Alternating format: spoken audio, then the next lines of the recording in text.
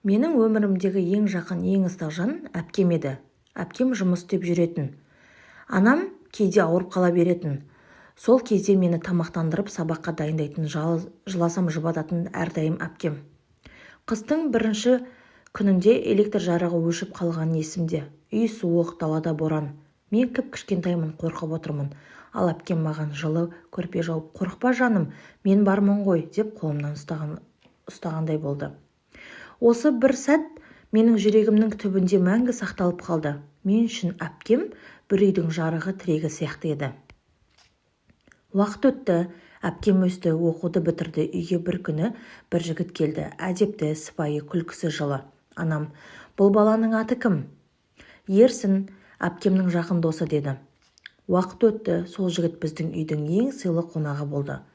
Әпкем екеуі әдемі, жарасатын. Мен оны да жақсы көрдім. Ол маған кәмпит әкелетін, сабаққа көмектесетін. Бірде маған велосипед сыйлап: "Сен өсіп келе жатқан әдемісің, ертең әпкеңді қорғайтын боласың", деді. Мен оны осы сөздері үшін ерекше құрметтеймін. Ақыры әпкем мен Ерсін үйленді. Үйде үлкен той болды. Мен әпкемнің көзіне қарап: "Бақытты болғайсың, әпке", дедім сыбырлап. Ол мені құшақтап: "Сен барсың ғой, мен қалай бақытсыз болам", деді. Жылдар өтті. Мен бойжетіп жетіліп келе жаттым. Университетке түстім.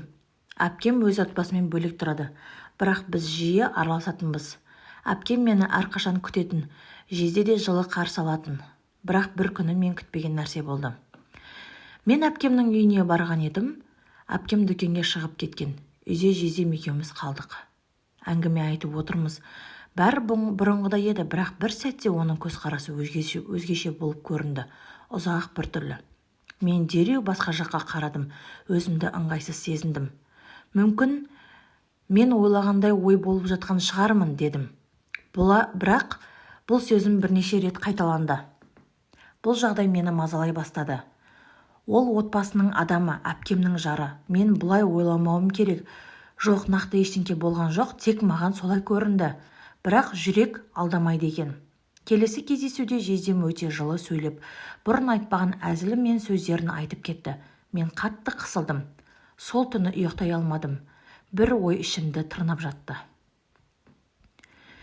Егер жездемнің ішкі ойы рас болса, бұл әпкеме ауыр тиеді. Мен не істеуім керек?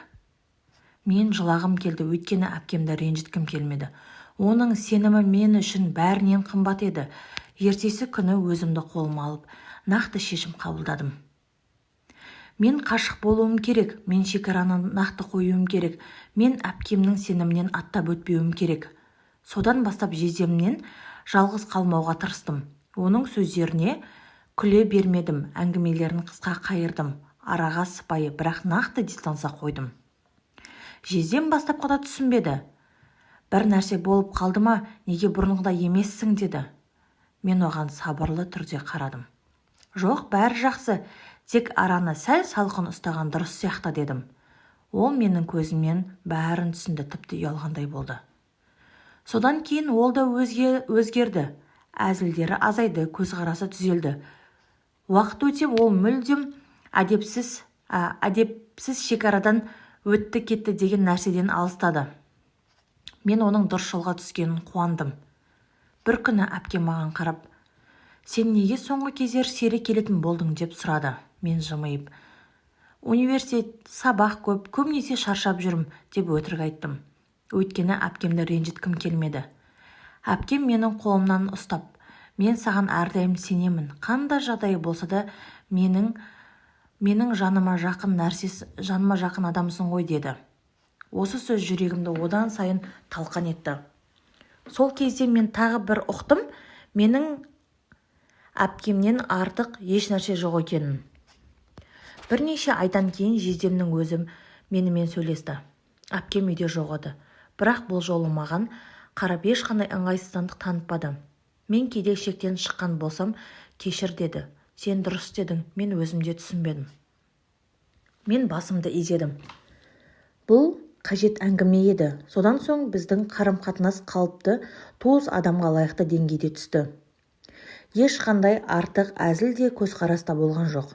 Мен іштей тынышталдым.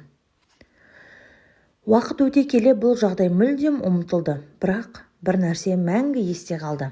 Адамға берілетін ең үлкен сынақ өзінің сөзімен емес, өзінің қадіріне адал болу, жаман жолды көріп тұрып оған бармау нағыз ерлік. Мен әпкемнен аттап өткен жоқпын, мен отбасының тыныштығын бұзған жоқпын. Мен өзімді де, әпкемді де, тіпті жездемді де қорғадым.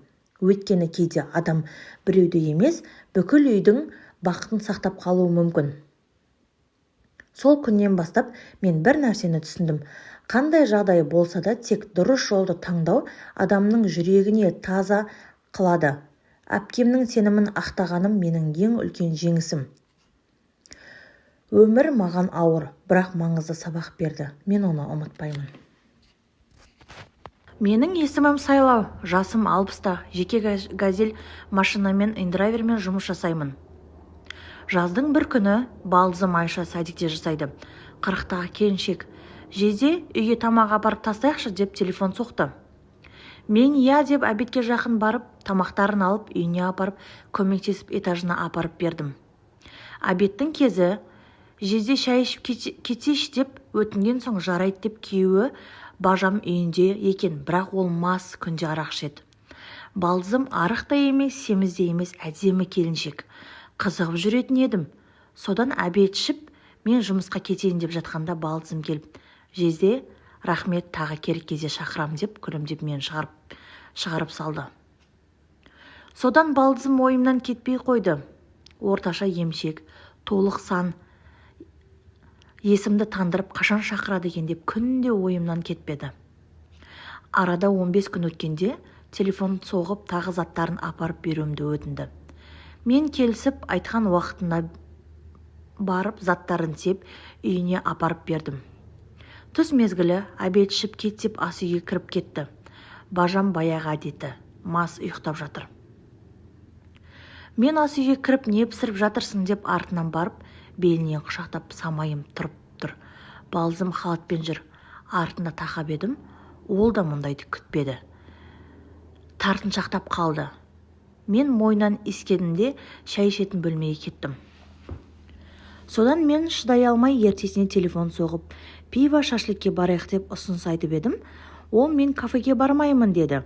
Онда квартира алайын деп едім, жарайды деді. Балдыз сменмен істейді, түс қайта шығам деді. Мен сағат 3-ке таяу квартира алып, пиво шашлык өзіме чекушка коньяк алып, екеуміз квартираға бардық.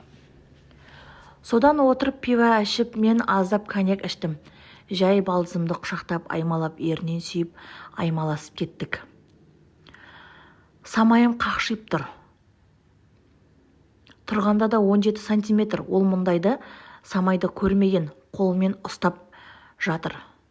Содан не керек, жайлап түкіріктеп жартысын зорға тықтым. Балдызым шыдай алмай ыңырсып жатыр. 5 минутта ағызып жібердім. Балдызым да бір рет ағыздым деді. Сағатты қарасам 1 сағат қалыпты квартирасын тапсыруға. Балдызым, жезде жақсы берсе де екенсің, самайыңда жақсы екен деп тағы аузымен сүйіп тұрғызуға жанталасты. Бұндайды жасамағанмын деді. Сенің самайың ұнап тұр деп тұрғызып алып, үстіме отырып алып ат шабысша шапты. 3 рет шыңғырып өзі ағызды да, мен де қалыспай тоңқайтып, содан кейін алдына доганса тығып маткасына кіріп кетті. 15 минутта түбіне ағыздым. Ол да сезіп жатыр екен, ып-ыстық құйылып жатырғанын. Содан 1 жыл болды екеуміз ашына болып берісіп жүргенімізге.